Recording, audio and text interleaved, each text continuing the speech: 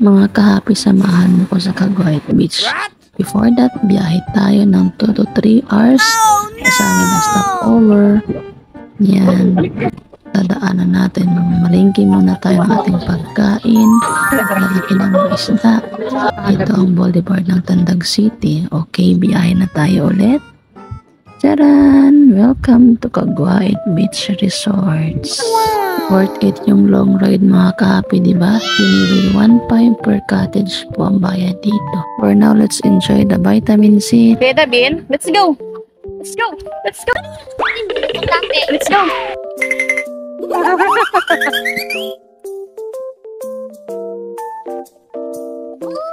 Before tayo maligo, aura-aura for remembrance.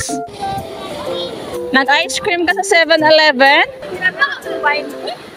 25 baga. And say hi to my vlog. Hi vlog! At ngayon naglaro ang mga bata. Hello!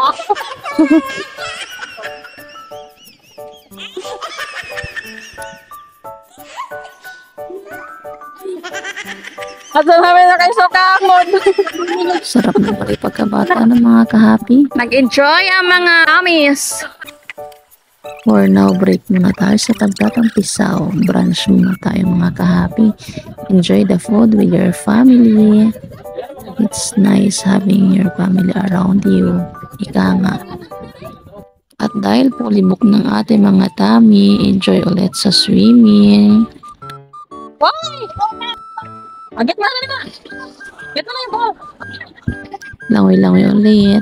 Matching baon. Disclaimer, hindi po kami nagkalit dyan. Inakyat po namin ang aming mga wrappers. Bawal po mag-iwan ng kalat para sa ating inang kalikasan. We should responsible enough mga kahap. Dahil medyo napagod ng mga person, sightseeing muna tayo. Hindi mo maapas. Yeah, na. Lahat ng mga sports lumabas na. Surfing, oh. Sarang. Ito. Yan, oh. Ito. Sa alon,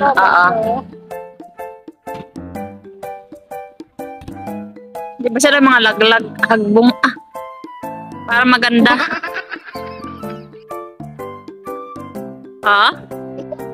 Lagi. Sa banana, boto yan nahuyog lang. Di asab.